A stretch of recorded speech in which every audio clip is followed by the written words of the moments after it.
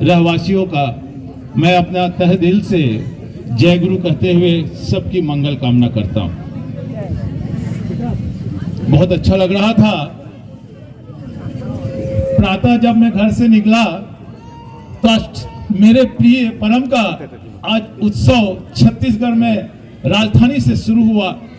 मन ही मन बहुत ही आनंद महसूस कर रहा था। धीरे धीरे गाड़ी यहां तक आ पहुंची और आने के पश्चात इतना भव्य आप लोगों का अनुशासन प्रिय यह अनुष्ठान में आप लोगों का योगदान और यहाँ उपस्थित समस्त जो भजन हो रहे थे मशगूल था।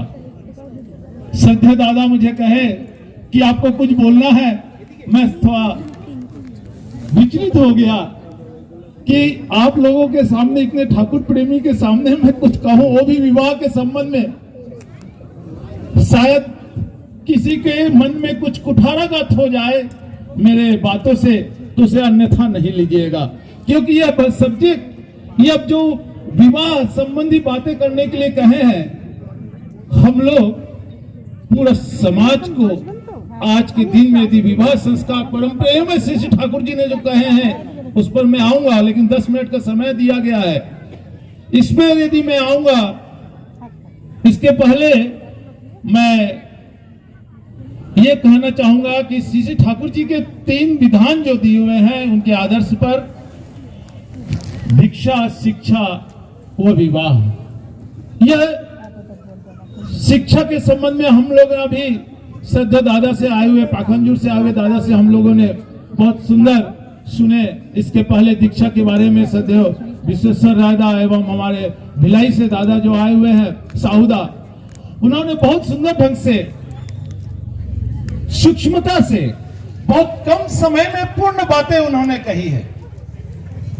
और ठाकुर जी के भाव आदर्श पर 3 आयाम और भी आते हैं: व्यक्तिगत जीवन, पारिवारिक जीवन, परिवेश, वह मेरा आदर्श आइडियल है।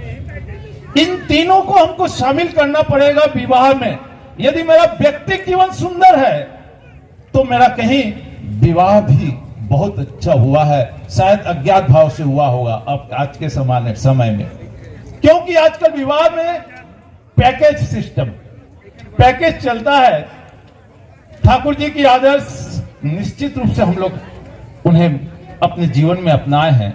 जो हम बोलते हैं मन में रहता है, कर्म में कहीं नहीं दिखता है। इसको कर्म में मिलाने की आवश्यकता है। इस कारण ही तो इस प्रकार की साधारण सभा में हम लोग बार बार एक ही बात को कहते हुए हमारे जीवन में हम लोग उसको प्रतिफलित कर सकें, यही हमारी कोशिश प्रयास रहता है। मैं एक पुस्तक पढ़ रहा था, उसमें लिखा हुआ था कि लंदन में एक व्यक्ति दिन के उजाले पर एक व्यक्ति को ढूंढ रहा था।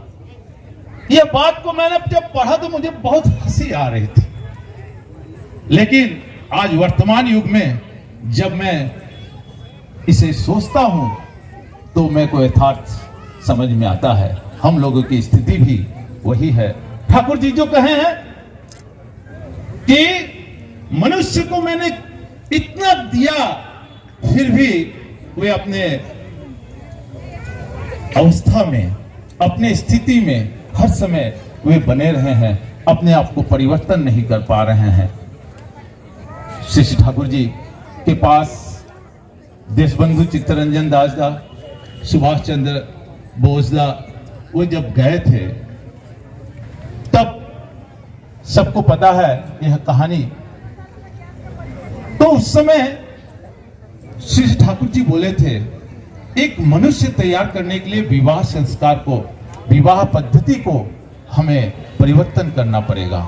यदि विवाह परिवर्तन, विवाह की नीति को हम लोग ठीक से अनुपालन नहीं करते हैं तो हमारे आज के आने वाला भविष्य जो है, आज हम सभी इससे ग्रसित हैं। हर कोई किसी को पता है, ना वर्ण है, ना जाति है, ना हम अपना अनुलोम देखते हैं।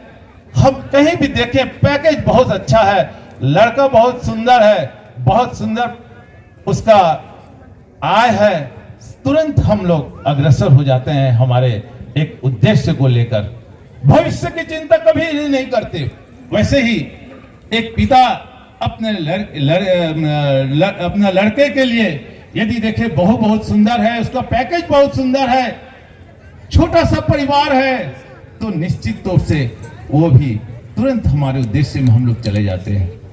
नारी नीति में कहा गया है कि विवाह को खिलौना मत समझना, यह जीवन मरण का अपना एक पैगाम है, एक प्रस्तुति है, तो इसे खिलौना नहीं समझना चाहिए। इस कारण विवाह पद्धति पर अमूलचूल परिवर्तन करने की आवश्यकता है। श्री ठाकुर जी जो कहे हैं अनुलोम विवाह के लिए बात, अनुलोम विवाह के पहले एक वर्ड और उन्होंने बोला है, सुवर्ण अनुलोम। अनुलोम हम लोग सब जानते हैं, यदि अनुलोम कहें तो हम लोग बोलते हैं नहीं मेरे हमारी सुपुत्री का विवाह जो है मैंने अनुलोम किया, मेरे लड़के का विवाह अनुलोम किया, लेकिन सुवर्ण हुआ?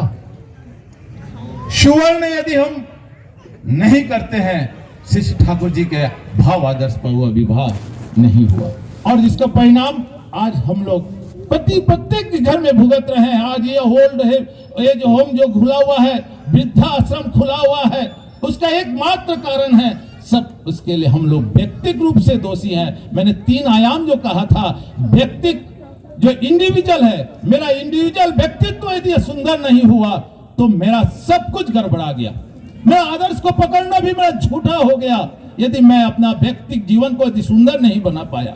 और उसको सुंदर बनाने के लिए कोई नहीं आएगा, मेरे परम प्रियमय को प्रेम सहित उनको प्रेम लेकर करके ही उसे पाया जा सकता है। दादा कहीं कहीं कुछ एक वर्ड शब्द कह रहे थे कि यह एहसास से आता है, शायद विश्वसदाई कह रहे थे, दीक्षा लेने के बाद एहसास से ही आता है। वह एहसास को नाम ध्यान करने की जरूरत है, जिसको जागृत किया जा सकता है, और वह नाम ध्यान के माध्यम से सब पाया जा सकता है। दादा साहब कह रहे थे धर्म की ग्लानि होती है जब पुरुषोत्तम आते हैं। मैं कहता हूं जब प्रेम की ग्लानि हुई है तब पुरुषोत्तम को आके वहां प्रेम सिखाना पड़ता है, और वो पुरुषोत्तम हमारे परम प्रेम है श्री ठाकुर जी, जो आज आके हमारे हर प्रत्येक क्षेत्र में, गृहस्थ जीवन में, प्रत्येक समय पर, प्रत्येक बेले पर, प्रत्येक क्षण पर हमारे कर्मों के संबंध में सब कुछ स्पष्टतः कह गए हैं।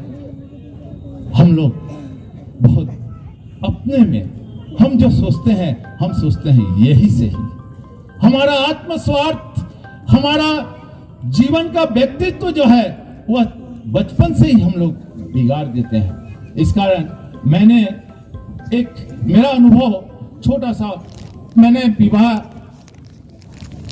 के संबंध में एक माता से कहा था, दीक्षा के संबंध में मैं बोला था कि आप दीक्षा लेने के बाद माता पिता को प्रातःकाल प्रणाम करेंगे। और वो लड़का इतना दुष्ट था, वो माता के जो लड़का था वो इतना दुष्ट था, वो कभी जिंदगी अपने माता पिता को कभी प्रणाम ही नहीं करता था, मानता ही नहीं था। माता और पुत्र दोनों बैठे हुए हैं, माता को मैं बोला आप अपने स्वामी को प्रणाम करेंगे, रोज ससुर को प्रणाम करेंगे, सास को प्रणाम करेंगे। तो उन्होंने तो यह किया, लेकिन जो लड़का है कभी नहीं किया, तो वो भी शुरू किया। तो बहुत दिन बाद उसके पिताजी मिले थे, पिताजी दीक्षित थे, तो बोले दादा आपने क्या बताया, मेरा लड़का जो सुधर गया। मैं बोला श्री ठाकुर जी का आदर्श के बारे में मैंने जो कहा है वह उसका पालन कर रहा है, तब आपको ऐसा लग रहा है। तो यदि विवाह अनुलोम है, वर्ण है, निश्चित तौर से हम लोगों का परिवार परिवेश, जो मैंने कहा था व्यक्तिगत जीवन सुंदर होगा तो मेरा परिवेश सुंदर होगा, और परिवेश सुंदर होगा तो मेरा आज मोहल्ला सुंदर होगा, समाज सुंदर होगा, मेरा पारिवारिक संबंध सुंदर होंगे, मेरा देश राष्ट्र सब सुंदर होगा। इसी के साथ मैं बड़ा सा समयबद्ध तरीके से मैं चलना चाहता हूँ, शायद समय भी शायद 2 मिनट अधिक हो गया है। मैं आप सभी की मंगल कामना करते हुए सबको राम दे। जय गुरु। बहुत बहुत धन्यवाद।